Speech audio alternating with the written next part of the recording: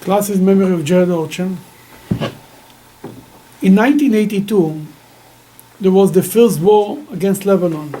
Israel was fighting Lebanon. The war was really not against Lebanon, but against the PLO, who was at that time in Lebanon, Yasser Arafat.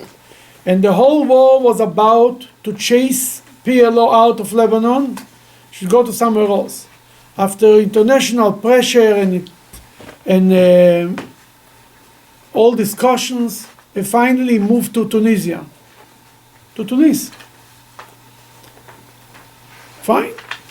When the PLO with Yasser Arafat, the whole PLO organization moved to Tunis, the Israeli government was very worried about the Jews in Tunis. They will start to kill Jews in Tunis. They decided they need to bring the Jews from Tunisia, from Tunis, to bring them all to Israel. Smuggle them into Israel.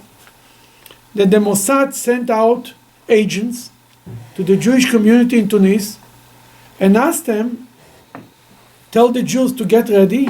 They're going to take them out from Tunis to bring them to Israel. They came there. I think the main city is called Jerba. I think so. They came there and they started to talk to the Jews that they should get ready. They will smuggle them out of Tunisia to bring them to Israel. And they hear the Jews are not so quick to run. Why not? We have a rabbi here who says, don't go. Who is the rabbi? A Chabad rabbi. His name was Rabbi Pinson. Rabbi Pinson says in his name of his great rabbi of Lubavitch, it was 1982, the rabbi said, don't move, don't leave. The Mossad says, leave. The rabbi says, don't leave. The Jews in Tunisia didn't care for the Mossad so much. They said, if the rabbi says don't leave, they don't leave. Then they understood that they need to send a messenger to meet the rabbi and to explain the rabbi the gravity of the situation, why the Jewish people from Tunisia have to leave and to make Aliyah to Israel, run away from Tunis. They sent a guy with the name Ephraim Alevi. Later he was the head of the Mossad. There is a video, he tells the story. He says he came to the Rebbe, he met with the Rebbe, and he told the Rebbe that they need to, that the situation in Tunisia is so, PLO moved there and it's a dangerous, it's risky for the Jews to live there. They have to, he's trying to get them, to smuggle them out of the country, and it's only because of you they don't leave. You tell them to leave. The Rebbe told them, I don't think they should leave. According to my information from what's going on in Tunisia, and according to what I have from the American government, that I got information of what their understandings with the Tunisian government, I don't see danger for the Jews in Tunisia. And in Tunis, they should stay there. And he tried to say to the Rebbe they should leave. Then the Rebbe said even more. The Rebbe said, if somebody wants to make Aliyah to Israel individually, God bless him. But I don't believe in dismantling Jewish communities. There's a Jewish community there for so many hundreds of years, maybe 1,000 years, maybe more than 1,000 years. They should continue. If somebody wants to make Aliyah, let them go. More than that, the Rebbe said. It was proven that for the good of Israel, every country that has a strong Jewish community is nicer and more supportive of Israel if they do not have a Jewish community. He says, we disagreed with the Rebbe.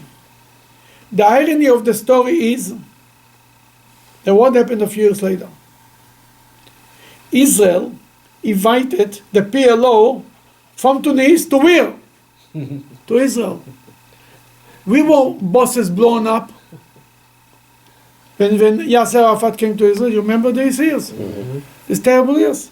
Then the Jews in Tunis are actually more safe staying in Tunis than if they would come to Israel because they run away from PLO, and then Israel brought the PLO to Israel. And the Rebbe's vision was as always correct and to the point all the way. And the Jews are still, there is still a thriving Jewish community in Tunis, there is still Chabad rabbis in Tunisia, and Yasser Arafat became the Rebbe in Israel. He brought him to Israel.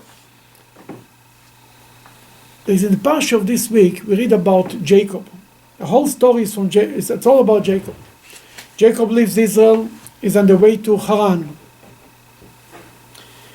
And then it's getting night, dark, and he's laying down, and he takes a stone around his head, right? And he has this a famous dream with a ladder that God, the angels go up and down, and God is revealing himself to him.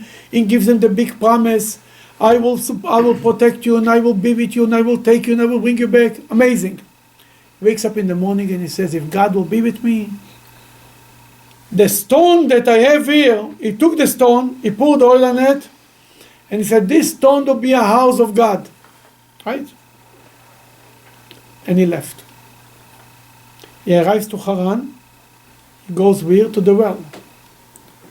The gathering place. Everybody is by the well. He comes to the well, and there's a huge stone. Why there is a huge stone? Because if it be a small stone, everybody will steal water. A huge stone, everybody together will get the water equally, be in the same time there. Who is moving the stone like it's nothing? Jacob. Again, a mice with stones. Then later, he goes through 22 years of hell, 21 years by Laban. And he's already, and he tells to Laban, I want to leave once, twice. Laban finds every time an excuse why he cannot leave. Finally, he leaves. What means he leaves? He runs away. Laban went for a business trip out of town. And Jacob took his family, he's running away. But where are you running away with 11 children, with 4 wives, with slaves and maid servants, and with candles, and with all of this? You run. Then what took him 7 days, Laban catch up in 1 day. And he's about to meet him. And then he goes to sleep. And then Laban has a dream. And God tells him, you better don't touch Jacob. Don't touch him. Don't speak to him any good or bad. I don't need not your good, not your bad. Don't do me any favors. Fine, in the morning, Laban comes to him and says, oh, I can do to you very much. But God told me not to touch you. Oh, really? That means he can't. Okay, after a whole discussion, Laban tells them, why you run away from me? If you would just tell me you want to leave, I would order klezmer and a band, and we my kid, you didn't give me the chance to kiss my grandchildren, my daughters. Laban always a smooth talker, always sounds good. Finally, they make a pact, make a deal, a covenant, that we will not run after each other. And Jacob takes a stone, and he makes a covenant. And then he tells to his family, bring many stones and make a pile, and this will be the monument that says then that we made a pact, right? That we made a covenant. What you see about Jacob in his whole life, he's busy, he's obsessed with stones. The stone in the beginning, when he's going to Haran, the stone with by the river, by the well, and then the stone maybe goes back. What is this with stones? The forefathers, Abraham, Isaac, and Jacob, every one of them was at one point at Mount Moriah, the Temple Mount. Abraham was there at the Akedah, right, when he sacrificed Isaac, the binding of Isaac. Isaac was there when he came out to pray in the field. And Rebecca came, it's written, when he went to pray in the field, it's Temple Mount, Mount Moriah. And Jacob was there by the dream. But the Talmud points out how they call the place is different. Abraham named it Ar, the mountain that God will reveal himself. That's how he called the place. Temple Mount Moriah, that's why we call it Mount Moriah, because of Abraham. Isaac called it field, he went to pray in the field. Jacob called it house of God.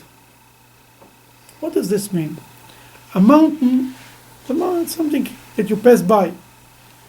He looked on the Temple Mount as a mountain, not as a permanent thing. A field. Jacob says this is going to be a permanent place for God. Jacob's attitude was the attitude of the Jewish people. Everywhere Jacob went, he set up a permanent place. He went to Egypt. He said before him, Judah, to set up a yeshiva. Wherever Jacob went, it became a permanent place. Jacob was in the belief that what Jewish people do today, wherever we go in exile, we don't say, oh, we are in the suitcases. We will just be here for a few weeks. You come here, it's time to build a temple and build a school and build a Jewish community center and establish a strong Jewish community. You have to go. Because Judaism believes wherever Jewish people go, God is bringing them there for a purpose, for a reason. And therefore we don't believe in dismantling Jewish communities. And the best proof is that in Tunis there is still a Jewish community and the PLO is gone from there. The idea is wherever a Jew goes, Talmud says, wherever the Jewish people go and learn Torah, is like the land of Israel. It's like the Holy Land. We make the place a holy land.